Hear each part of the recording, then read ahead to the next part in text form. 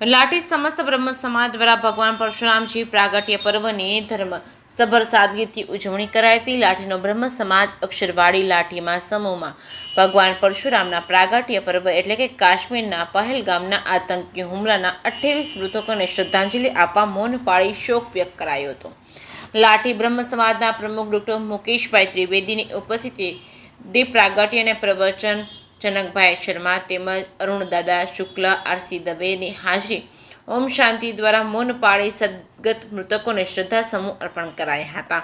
ભગવાન પરશુરામ જયંતિના પ્રાગટ્ય પર્વએ કાશ્મીરના મૃતકોના મોક્ષાર્થે બ્રાહ્મણો દ્વારા એકાદશીનું પુણ્ય આપવા આહવાન કરાયું છે. આરતી અને વૈદિક મંત્રોચ્ચારથી ધ્વનિ વચ્ચે મનનીય વ્યક્તિત્વ આપતા અગ્રણીઓએ જણાવ્યું હતું કે લાઠીનો બ્રહ્મ સમાજ નાનો હોવા એકતા અને અખંડિતતા રચાય તે બદલ ખૂબ ખુશી વ્યક્ત કરી હતી.